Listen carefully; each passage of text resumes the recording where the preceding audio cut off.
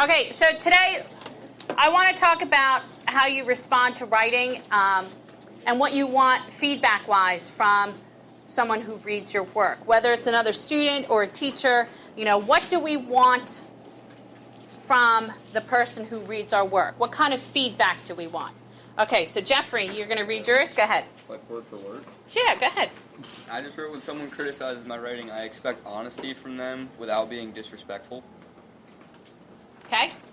No, that's good. Honesty, because does it really, without being disrespectful. Okay, so you don't want someone to say, like, your writing is horrible. Yeah, like say what they need to say, but don't say it in a way that's going to hurt the writer.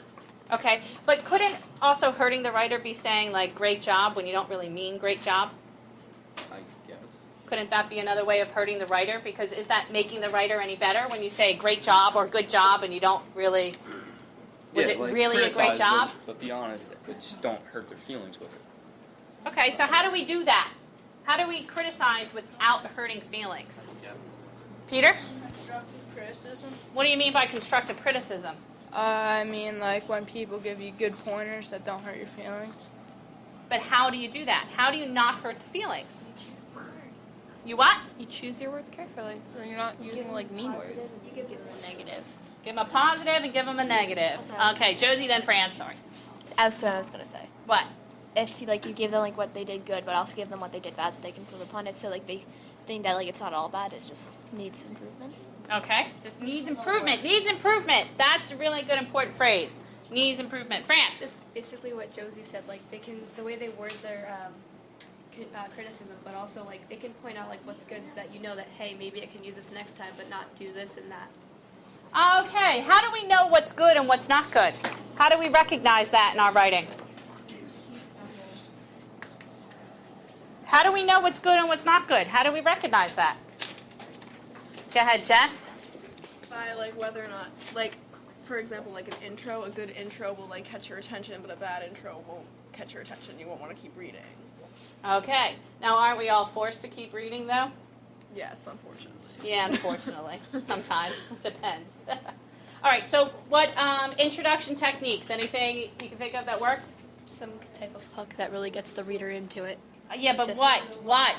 Specifics. A quote. Yeah. An anecdote or a question. Okay. Well, how does that get us in, though? Why would we want to keep reading if we're using a quote or an anecdote? What's the whole point of that?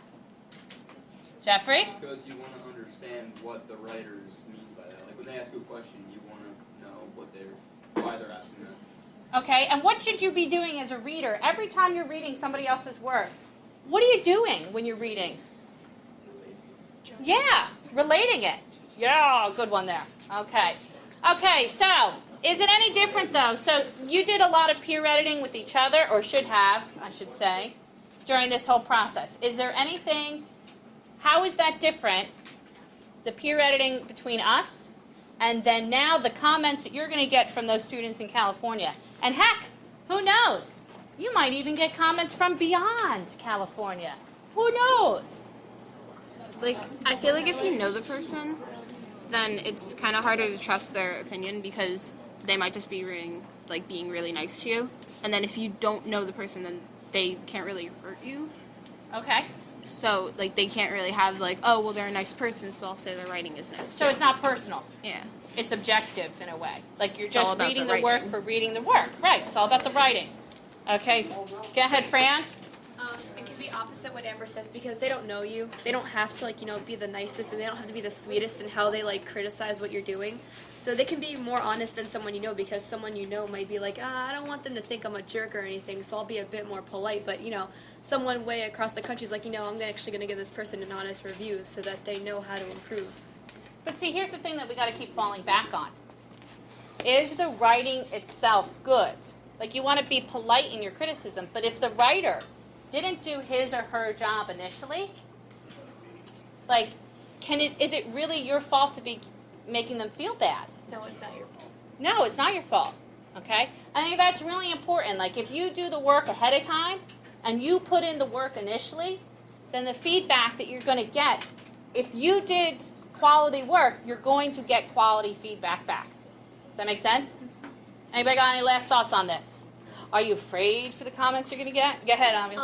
Well, with the peer editing, it was really like a line-by-line critique, kind of like personal pronouns and all these things, but now you're going to get to see like the big picture and what your overall product is, so it should be interesting.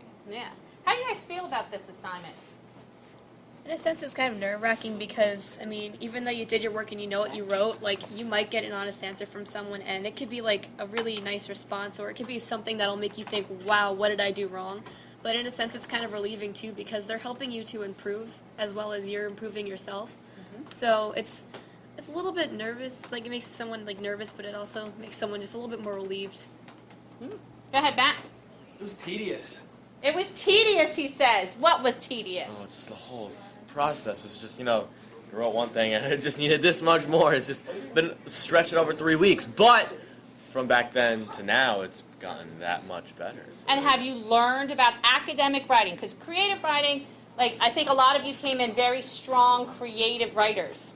But this is using kind of a combination of skills. Like, you're being creative, but then you're also synthesizing the work and bringing in analysis and using your creativity to write about the work, write about the text in an interesting way.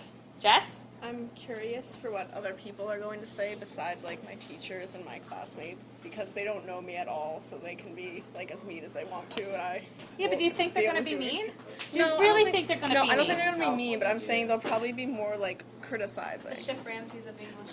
Yeah. Go ahead. If they have to do this for school, it's not like they're going to be leaving nasty comments. Right. You have to be appropriate. You have to be responsible digital citizens. No, you're not allowed to leave mean comments like that. Yeah. One can only hope. Okay, so last thought though. What should we say to those California people? Hi. Hello. We say hello and what else? Wait, are you saying this to them? Thank you. Thank you. Thank you. Yeah, not grading. No. Oh wait. For editing. I think no, they're not editing and they're not grading. Commenting. This is a big difference, and I think you take feedback and the grade is synonymous. Yes, you can get feedback from a grade, but at the same time, grading and feedback are not the same thing.